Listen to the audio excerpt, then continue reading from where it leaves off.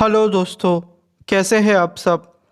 इससे पहले कि मैं ये वीडियो स्टार्ट करूं, मैं आपको बता दूं कि अगर आप मुझे कोई अपनी आप बीती या फिर किसी अपने के साथ आप बीती भेजना चाहते हो तो मुझे इंस्टाग्राम में मैसेज भेज के अपनी स्टोरी भेज सकते हो, जिससे कि मैं आपकी स्टोरी को पूरी दुनिया के सामने रख सकूं।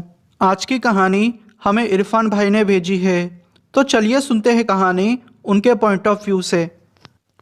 मेरा नाम इरफान है और मेरी उम्र 20 साल की है। मैं राजस्थान के एक छोटे से गांव से बिलोंग करता हूँ। मेरा एक बड़ा भाई है, उसका नाम जैद है।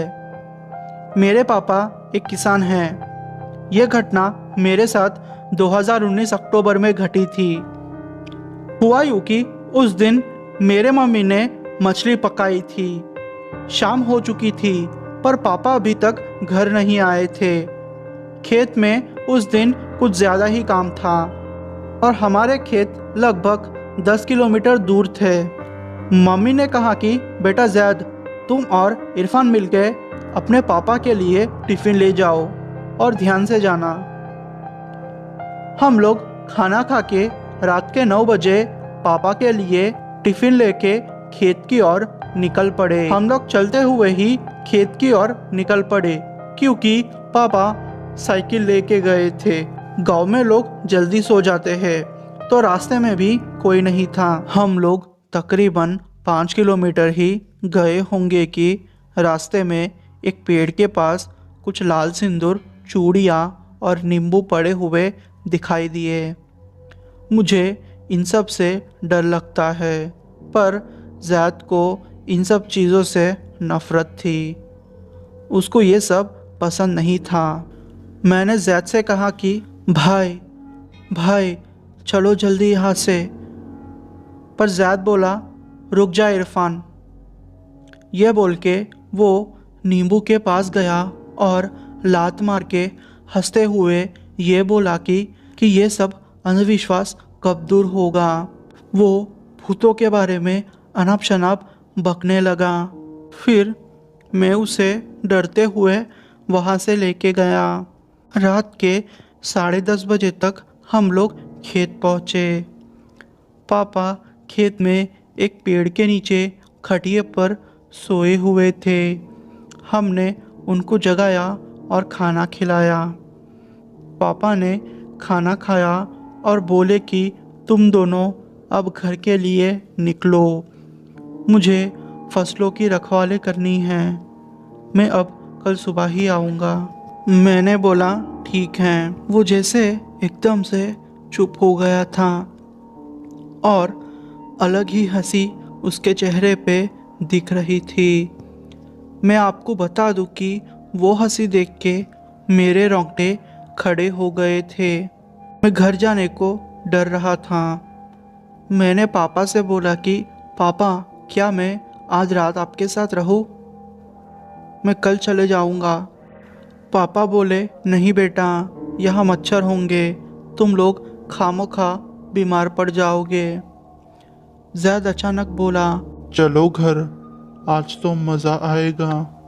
वो सुन के मेरे तो पसीने छूट गए, पर मैंने अपने आप को शांत किया और सोचा शायद ये मेरे साथ मजाक कर रहा होगा, क्योंकि इससे पहले भी वो मेरे साथ ऐसा मजाक कर चुका है। पापा बोले, मेरी साइकिल अब लेके जाना और सुबह लेके आना, तुम लोग जल्दी पहुंच जाओगे। मैंने बोला मैं साइकिल चला लूँगा, क्योंकि पीछे बैठने से मुझे डर लग रहा था। हम लोग साइकिल लेके घर जाने के लिए निकल गए। हम लोग तकरीबन 2 या 3 किलोमीटर आगे गए होंगे कि मुझे साइकिल पे ज़्यादा वज़न महसूस हो रहा था और जैसे ज़ैद अपने पैर नीचे ज़मीन पे रखे घसीट रहा था। मैंने पीछे मुड़े भी नहीं बोला कि भाई, ये क्या कर रहे हो तुम? पर कोई जवाब नहीं मिला। सच बोलूँ तो मुझे बहुत डर लग रहा था। मैं जैसे ही पीछे मुड़ा मैंने देखा कि एक बूढ़ी औरत जिसके पैर नीचे तक लटक रहे थे और वो जोर जोर से हंस रही थी।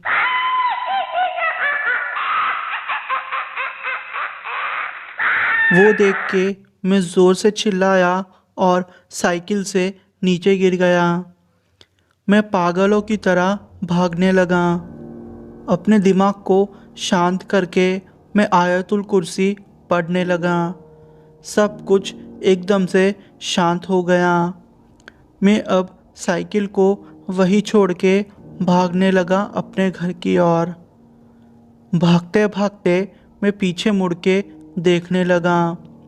जैसे ही मैंने पीछे देखा वो औरत मेरे पीछे भाग रही थी। जैसे तैसे करके मैं गांव के अंदर आ गया। वो औरत अचानक ही गायब हो गई। मुझे कुछ भी नहीं समझ आ रहा था। मैंने मम्मी को सब कुछ बता दिया। वो भी बहुत डर गई। मम्मी ने पूछा कि ज़ियाद कहाँ है बेटा, बोलो ज़ियाद कहाँ है। मैं तो मेरे भाई के बारे में ही भूल गया था।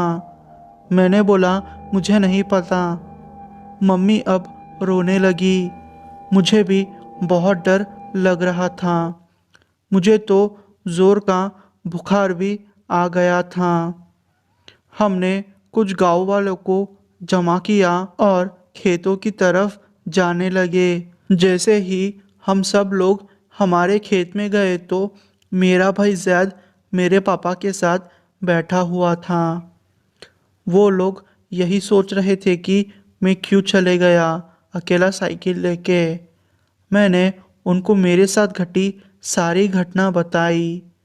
मेरे भाई ने कहा कि वो तो जब पापा को खाना देने के बाद टॉयलेट के लिए गया तभी उसको कुछ जानवरों की आवाज़ सुनाई दी, जिसकी वजह से वो फसलों की तरफ निकल गया और जब आके देखा तो तुम निकल चुके थे। पापा और भाई और हम सब मिलके घर आ गए। जो मेरे साथ साइकिल पे बैठकर आया था वो एक चुड़ैल थी। दूसरे दिन मुझे और भाई को मस्जिद लेके गए। वहाँ के मौलाना ने कहा कि यह मेरा काम नहीं है, ये चुड़ैल खतरनाक है, उसको अजमेर के दरगाह में लेके जाना होगा। जितना जल्दी हो सके उतना जल्दी लेके जाना, वरना आपके दोनों बच्चे मर जाएंगे। मम्मी और पापा ये सुन के रोने लगे।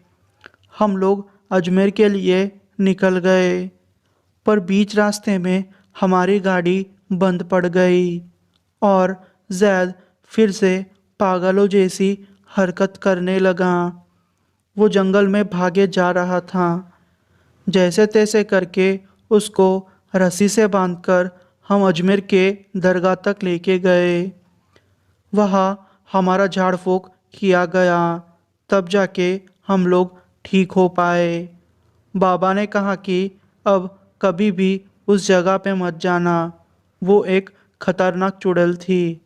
अगर यहाँ आने में देरी हो जाती तो तुम्हारी रूह को वो अपने साथ लेके जाती। दोस्तों, आपको ये कहानी कैसी लगी?